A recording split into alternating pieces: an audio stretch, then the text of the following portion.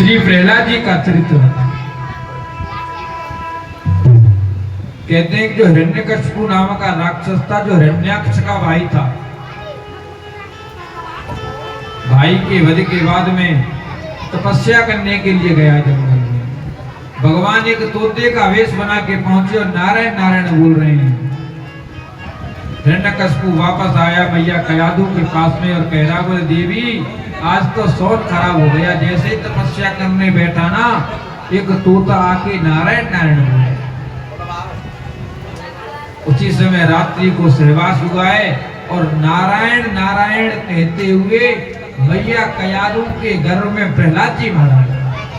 दूसरे दिन हिरण्यकशिपु तो चला गया है और इधर देवराज इंद्र ने हिरण्यकशिपु की नगरी पर आक्रमण किया है और पूरी नगरी को नष्ट कर दिया है।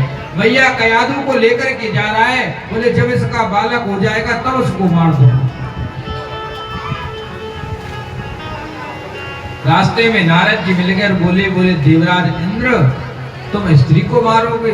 बोले महाराज इसको नहीं मारूंगा, इसके बालक को मारूंगा। बोले अरे इंद्र मत्तम प्रमत्तम उन्मत्तम सुप्तम बालम स्त्रियम जड़म। छोटे बालक को, सोते हुए को, स्त्री को, पागल को कौन मारता? बोले इसका जो छोटा बालक है महाराज ठीक है, बालक को नहीं मारा जाता,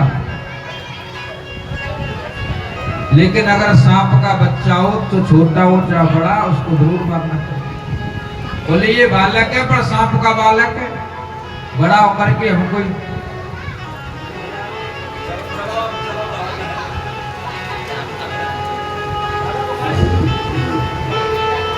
बड़ा होकर के ये हमको ही डसेगा।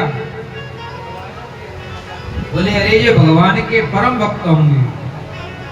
भैया कयाधु ने नारद जी के चरण पकड़ लिए। बोले प्रभु ये मेरा बालक तब तक गर्भ से बाहर नहीं आए जब तक मेरे पति नहीं आए।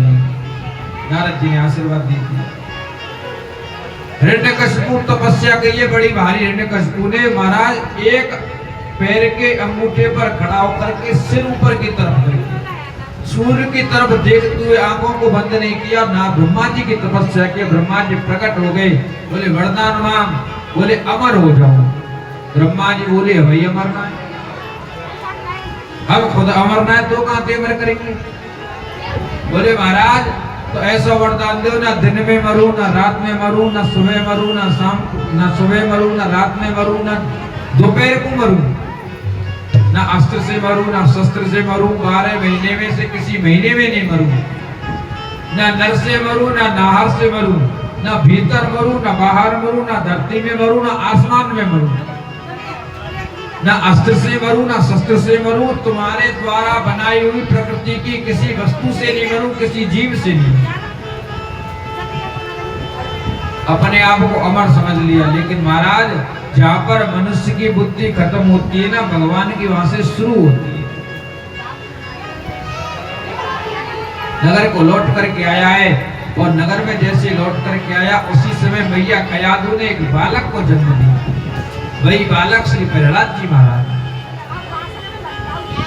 5 वर्ष की आयु प्रहलाद जी महाराज की और पिताजी ने भेज दिया गुरुकुल में पढ़ने के लिए।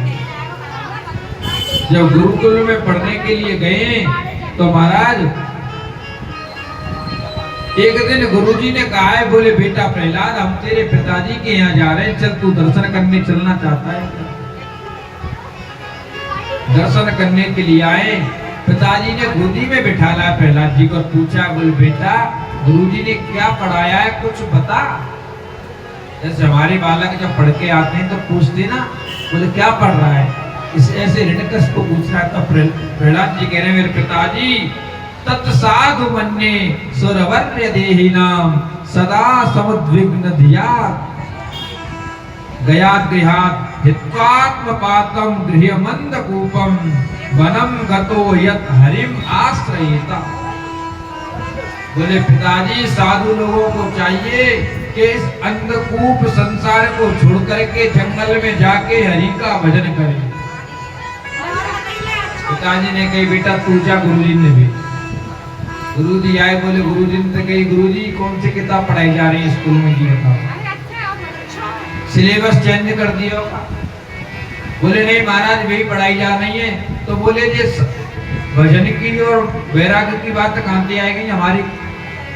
हमारे राज्य में तो केवल भोग की बात पढ़ाई जाती है महाराज।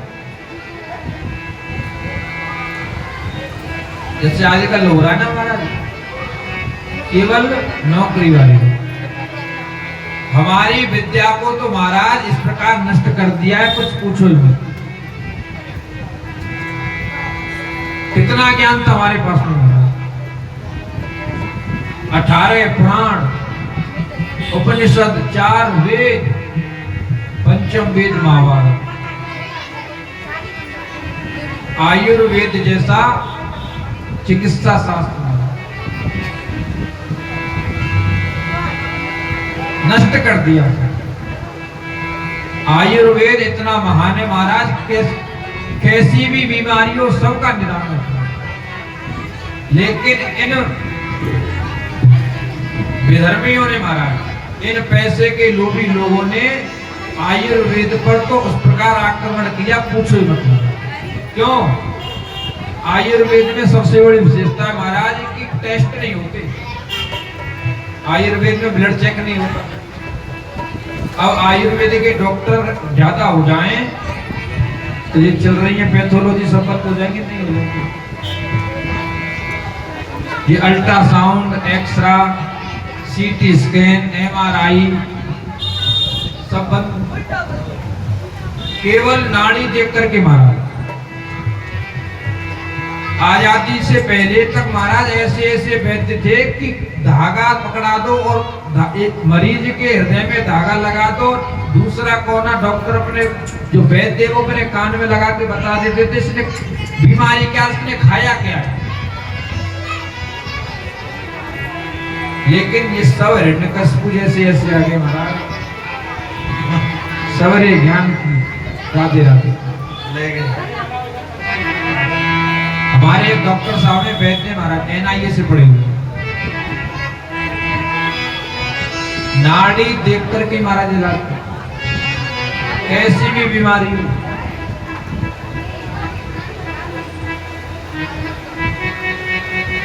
बता रहे थे, बोले महाराज जी आयुर्वेद की विदेशों में इतनी मांग है कुछ पूछो मत। इन विधर्मी लोगों ने महाराज, हम लोग पहले राख से दांत मांजते थे, राख से मांजते थे नहीं मांजते थे दांत। तो इन्होंने क्या कहा, राख से दांत खराब होते हैं, पेट में राख जाती है तो पेट खराब हो जाता है। अब ये लोग राख का मिला हुआ टूथपेस्ट बेच रहे हैं, 4 कोल वाला टूथपेस्ट। हम लोग पहले नीम से इत्यादि से नहाते थे, तो उन्होंने कहा अरे क्या पागल है, नीम से नहा रहे हैं। अब महाराज ये नीम का साबुन बेच रहे हैं। मुल्तानी मिट्टी माताएं पहले सिर में लगाती थी, अब ये मुल्तानी मिट्टी को बेच रहे हैं। लेकिन हम लोगों से क्या कहा, उन्हें एक तो पिछड़े लोग हैं मुल्तानी मिट्टी लगा। आजकल महाराज दिखावे को पैसा वाला मांगे। आदमी की आधी से ज्यादा कमाई तो ये दिखाने में चली जाती है कि वो पैसे वाला है। आदमी की आधी से ज्यादा कमाई तो ये दिखाने में चली जाती है कि वो पैसे वाला है, केवल दिखावे में। तो महाराज प्रहलाद जी महाराज के पिताजी हिरण्यकशिपु महाराज ने गुरु जी से कहा, बोले ध्यान से पढ़ाओ, हमारे हिसाब से पढ़ाना है। कुछ समय के बाद में प्रहलाद जी महाराज फिर आए अपने पिताजी के यहाँ पर, गुरु जी लेकर के आए। और गुरु जी जब लाए, प्रहलाद जी को गोदी में बैठा लिया। हिरण्यकशिपु ने पूछा, बोले बेटा कोई अच्छी बात बता। प्रहलाद जी सोच रहे, बोले पिताजी कहते तो हो अच्छी बात सुना और सुनना चाहते हो बुरी बात। अरे कोई धीर ना